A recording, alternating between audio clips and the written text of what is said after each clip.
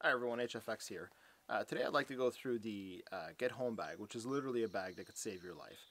You may have heard of terms like the bug out bag, which is a much more substantial kit, usually called a 72-hour bag, that allows you to bug out from your primary location, like your residence, to a safer area. The Get Home bag, on the other hand, is to get yourself from your vehicle or your office back to your house. So a lot of us spend a lot of time on the road, whether it be for work, for school, for family outings, for shopping, or anything. If you're faced with an emergency where you have to abandon your vehicle and make your way back home, the 24-hour bag or the Get Home bag is exactly what you need. If you think back to 2003 when there was the northeastern blackout where 55 million people in Canada and United States were affected by a blackout for 2 days, a lot of people had to abandon their vehicles. This would be an ideal time to have a Get Home bag in order to get home safely. Currently we're May of 2017, so I'm not sure when you're watching this video, but there's some major flooding in parts of Canada. If you were to be stranded because of the flooding and you had to get yourself to a safer location and you had to abandon your vehicle, this is the time when you'd want the Get Home bag. So what we'll do next is we'll go through the contents of my Get Home bag that I keep in the back of my vehicle at all times.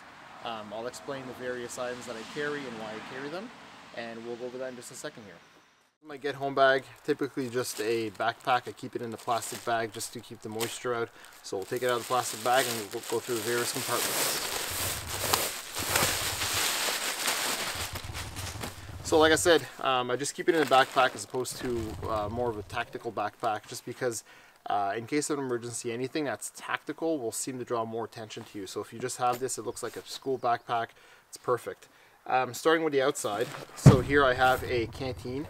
Don't keep any water in it because in wintertime this will freeze up, but I do keep it as a metal canteen because you can actually boil water in this. So if you do find a source of water, you do have a source of fire in here, you can heat water and boil it. So metal canteen is the first thing. On the other side here, the other pocket, you basically have a very small first aid kit. Contains some very basic things. There's some medical gloves in here, there's some bandages, there's some gauze and some antiseptic wipes. So that's all you really need in a 24-hour kit. We'll go through the front compartments next. There's a little carabiner on the front here, always handy. So for the very front compartment, there's 3 sets of hand warmers. So these are always good to keep your hands warm, keep your feet warm. Even in the summertime, you can get pretty cold at night. Next thing you know, here is a Ziploc bag full of garbage bags. So there's, I believe, 3 clear garbage bags and 3 black garbage bags. And these can be used for anything from making a poncho to collecting stuff. You can cut them open to make a shelter. So garbage bags. And that's it for that first compartment. Next compartment here, a lot more substantial. Start at the bottom.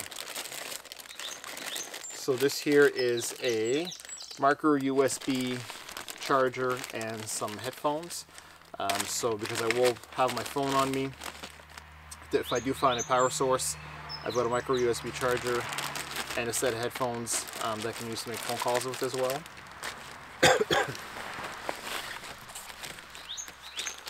Some batteries. So I've got 6 AA batteries. These are pretty handy to have, especially since there is a AA radio in here, or a radio that uses AA batteries. Glow sticks. I've got 5 glow sticks. These are the good ones, not the cheap crap that you buy at the dollar store. These are ones that you're going to buy online or some type of army surplus store. They actually last 12 hours. There's a flashlight in here. I basically use this AAA batteries, has high, low, and a strobe mode in case of emergency. Next is N95 Particulate Filters. So these are great masks to have. If you think back to 9/11, a lot of people that were in and around the area where the World Trade Center collapsed developed all sorts of cancers because of the stuff they were breathing in. Having an N95 is going to ensure that you don't breathe a lot of that stuff in. Here's a headlamp, just a cheap $20 headlamp, uses AA batteries. Has high-low mode and has a red light as well for blackout conditions. Next is a field notebook. It's got my name on it, so I'm just going to cross it out. But essentially what this is just a cover for a field notebook. You've got some blank paper inside to take notes, a couple pens to ensure that you have enough to write on, or to write with, sorry. Here's the very simple radio. This is the one that uses the AA batteries from earlier. Again, it's in a Ziploc bag to protect it from moisture. Has AM and FM bands on it. Next is some change. So there's about $10 in change here. Some quarters, some loonies and toonies. We are in Canada, so that's $1 and $2 coins here in Canada. You can use these for vending machines, pay phones, anything. That's it for that compartment. So spare cell phone. So this is just a spare flip phone. Don't use it anymore. I do keep spare batteries here. I have 3 spare batteries that I keep for this phone. Here they are. And the great thing about having a spare flip phone like this with 3 batteries is that although I can't make phone calls, I can dial 911 with it. And in another video I went through, if you have any cell phone in North America, as long as it has, as long as it can talk to an antenna, and it's got a battery in it, you are able to dial 911 in case of an emergency to contact authorities. Another thing is that certain providers like Bell here in Canada will allow you to make phone calls with a credit card on a cell phone that doesn't have service associated with it. When you go to dial a phone number, it'll say there's no service, but you can use a credit card to make a call. So that's a great thing to have. Next here we just have a Gerber folding blade. Now I would be carrying a knife on me as part of my EDC, but it's always good to have another one. And then the last 2 things here is just a ballpoint pen and a permanent marker. So that'll do it for this compartment on the front here. Next we'll go to the main compartment. So the main compartment, starting at the very top, I've got a pouch here. It's just a pouch from my army days. And in it, quite a bit of stuff. So you have an emergency blanket, which is also known as a Mylar or space blanket. Good to keep you warm. 2 packs of chewing gum. If you can't brush your teeth, this is a pretty good alternative, or this will, it's pretty good for morale as well. Just have something to chew on. This is called a KFS, so it's a knife, spoon, and fork. It's all 3 in 1, so it's good to have this as well. Some disposable nitrile gloves in a Ziploc bag. This Ziploc bag has some flagging tape and a whistle in it. This Ziploc bag has hand sanitizer. So just alcohol-based hand sanitizer. This is a multi-bit ratcheting screwdriver with all the bits here in the back of it. Always good to have. A compass. Survival kit in a can. This one here is a X-Acto knife with a couple blades, also known as a carpet knife. There's about a dozen blades in there as well. I've got an emergency poncho. So this is just a clear plastic poncho. Little button compass. These are some meds, so some ibuprofen. Some energy mints, again just for morale. Here you have another flashlight, just a little AA flashlight, waterproof. 2 things of lip chap. You'll know how indispensable this stuff is. And finally, a couple ways to start a fire. So we have 2 lighters and some waterproof matches in a Ziploc bag as well. So put all this stuff aside. Keep going here. It's starting to rain out here. Next up is the Lifestraw.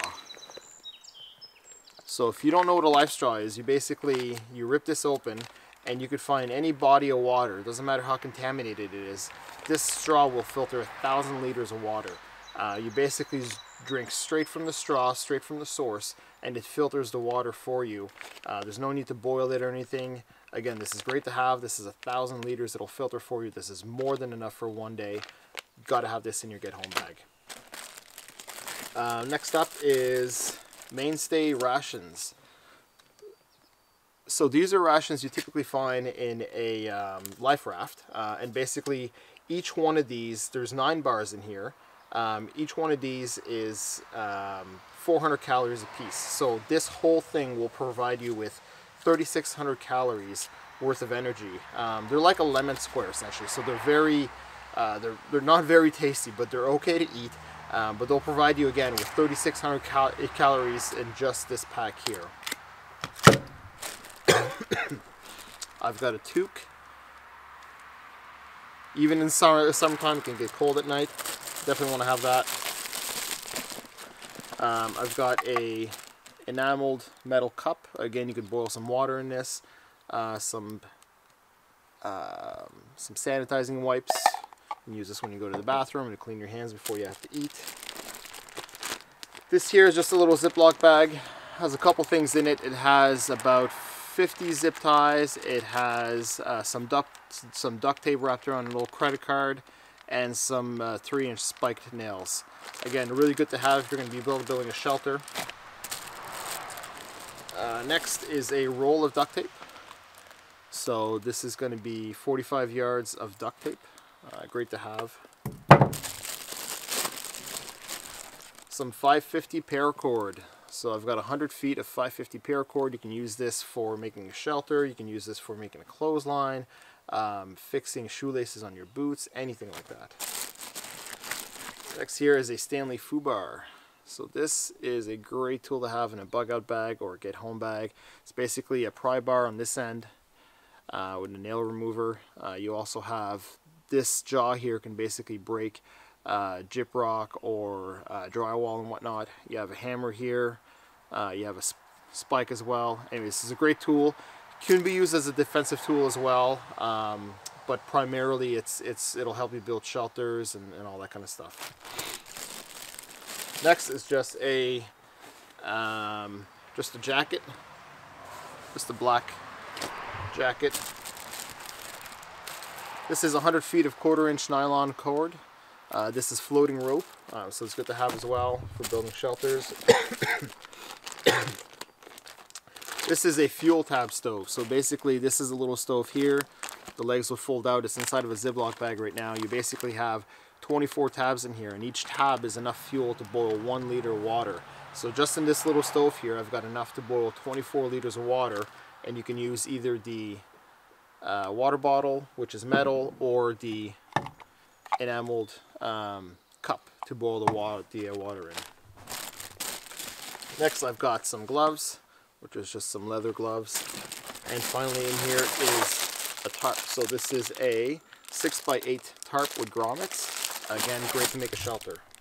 And that's it for the get home bag. A couple things I didn't mention that aren't in the bag but I keep in the vehicle, and these are things that if I had to abandon my vehicle I would take with me. So my EDC, which is basically a knife, a flashlight, my wallet, my phone, a multi-tool. There's also other things in the truck that I can take with me.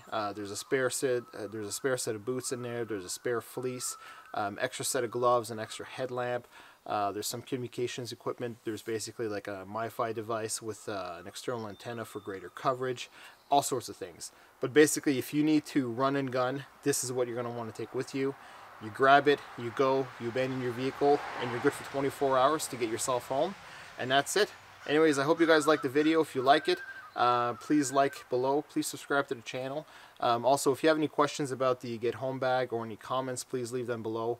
As for questions, I'll try to answer them as best as I can. Anyways, thanks for watching.